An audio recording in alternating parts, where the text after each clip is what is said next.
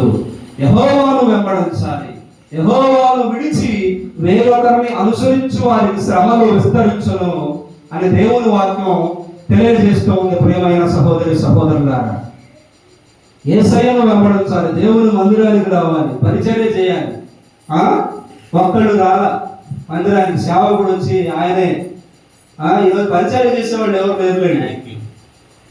పరిచర్య చేయడానికి సిగ్గుపడతారు, చాలా మంది సిగ్గుపడతా ఉంటారు. తల్లిదండ్రులు కూడా దేవుని పనికి సహకరించరు.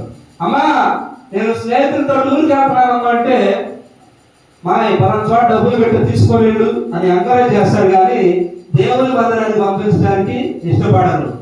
అర్థమవుతుందా?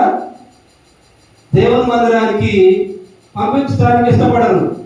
చూడండి, ఇంకో మాట మీకు తెలియజేస్తానండి. ఇంకొక మాట, ఇర్మీయా గ్రంథము 17వ అధ్యాయము 5వ వచనాన్ని మనం చదువుకుందాం.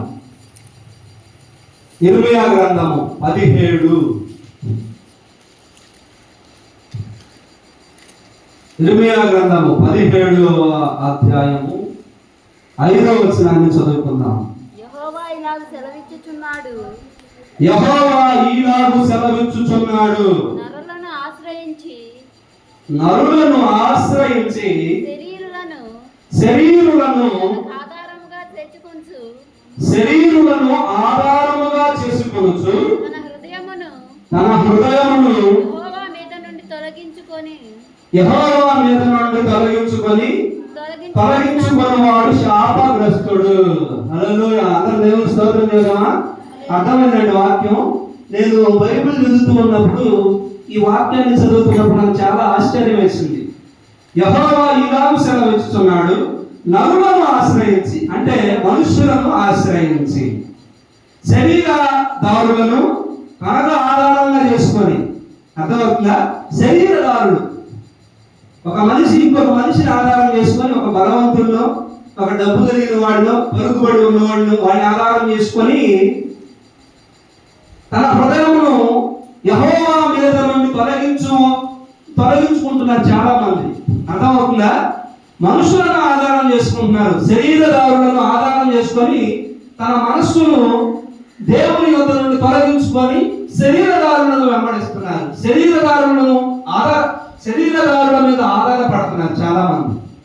చూడండి, శరీరదారుడు, ఒక డబ్బు లేని వాడు డబ్బు కలిగిన వాడిని వెంబడిస్తాడు. ఒక పలుకుబడి కలిగిన వాడిని, ఒక పదవి కలిగిన వాడిని. శరీరదారుడు ఎప్పుడు కూడా మనుషుడే, అతనికి కూడా చావు ఉంటుంది, అతనికి కూడా నొప్పి ఉంటుంది. అతను వెంబడిస్తాడు. అతన్ని వెంబడించి ఆ మనస్సుని, దేవుడి మీద ఉన్న మనస్సును తొలగించుకొని ఇతను వెంబడిస్తాడు. ఎంత దౌర్భాగ్యమో చూడండి, ఎంత బాధాకరమైన విషయమో చూడండి. ఈరోజు మనుషులు ఏం చేస్తున్నారంటే, నేము కోసం, ఫేమ్ కోసం, అంటే నేము కోసం, ఫేమ్ కోసం ఏం చేస్తున్నారంటే ఒక నాయకుడిని వెంబడిస్తారు. ఎందుకంటే ఫాలోవర్స్ పెంచుకోవాలిగా, డబ్బులు సంపాదించుకోవాలిగా. ఒక నాయకుడు ఫోటో పెడతారు, ఒక హీరో ఫోటో పెడతారు, ఆయన పోస్టర్లన్నీ అప్డేట్ చేస్తూ ఉంటారు, సోషల్ మీడియాలో కొడతా ఉంటారు.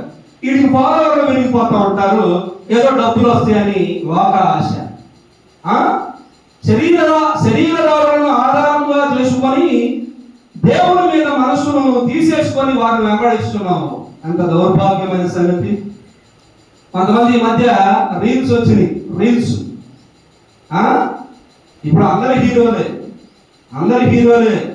అది ఫేస్ ఉండదు, ఫేస్ వాల్యూయే ఉండదు, ప్రతి ఒక్కడి హీరోనే. ఉపయోగం ఏంటి? దేవుణ్ణి వెంబడించు, యెహోవాను వెంబడించకుండా వేరొకరిని అనుసరిస్తే నీ జీవితంలో శ్రమలు విస్తరిస్తాయని దేవుని వాక్యం తెలియజేస్తా ఉంది. ఒక మనిషిని వెంబడిస్తున్నావు, ఉపయోగం ఏమి లేదా, అతను కూడా చనిపోతాడు. సావు లేనివాడు, అంతము లేనివాడు, మరణము లేనివాడు,